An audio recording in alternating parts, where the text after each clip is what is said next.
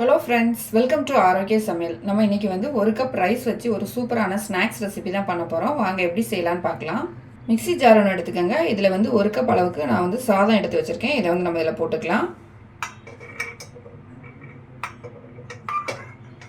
சாதம் போட்ட பிறகு ஒரு 3 பச்சை மிளகாய் எடுத்துருக்கேன். இதையும் நம்ம இது கூட போட்டுக்கலாம்.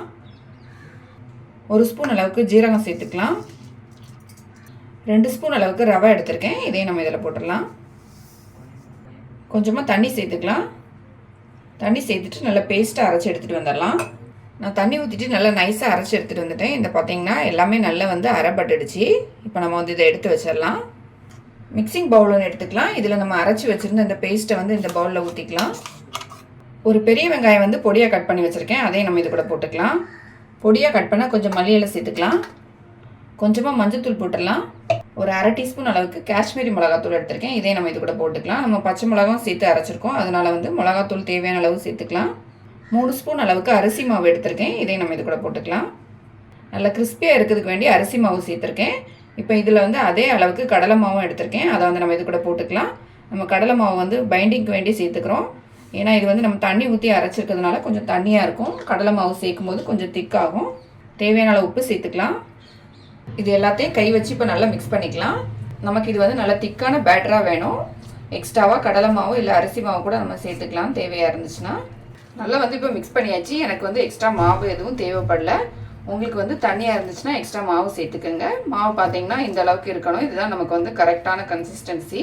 ஸ்டவ் ஆன் பண்ணிவிட்டு ஒரு பேனில் வந்து எண்ணெய் ஊற்றி வச்சுருக்கேன். எண்ணெய் வந்து நல்லா சூடாயிடுச்சு. இப்போ நம்ம ரெடி பண்ணி வச்சுருந்த மிக்ஸ்லேருந்து கொஞ்சமாக எடுத்து நம்ம சின்ன சின்ன பால் மாதிரி ஆயிலில் போட்டுக்கலாம். லைட்டாக வந்து தண்ணி தொட்டுட்டு நீங்கள் எடுத்துக்கோங்க. அப்போ கையில் வந்து நமக்கு ஒட்டாமல் வரும்.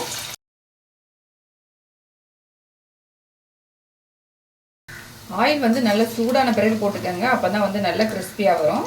இதை வந்து நம்ம எல்லா சைடுமே வந்து திருப்பி திருப்பி விட்டு நம்ம வந்து வேக வச்சுக்கலாம். அப்போ தான் எல்லா பக்கமும் ஈவனாக வெந்து வரும். ரொம்ப டேஸ்ட்டாக இருக்கும் இந்த ஸ்நாக்ஸு. நம்ம டீ போடுற டைமில் வந்து இது செஞ்சிடலாம். இனி சாதம் மீதி வந்தால் கவலைப்படாதீங்க. இந்த மாதிரி ஸ்நாக்ஸ் ஈவினிங் டைமில் செஞ்சு பாருங்கள். செம்ம டேஸ்ட்டாக இருக்கும். எல்லா சைடும் நல்லா செவந்து வரட்டும். எல்லா பக்கம் பார்த்தீங்கன்னா நல்லா வந்து கலர் சேஞ்ச் ஆகிட்டு நல்லா சூப்பராக நம்மளோட ஸ்நாக்ஸும் ரெடி ஆகிடுச்சு. நம்ம வந்து ஆயிலிருந்து எடுத்துடலாம். இப்போ இது மேல் பக்கம் பார்த்தீங்கன்னா நல்லா கிறிஸ்பியாக இருக்கும். உள்ளாடி வந்து நல்லா சாஃப்டாகவும் இருக்கும் சாப்பிட்றதுக்கு.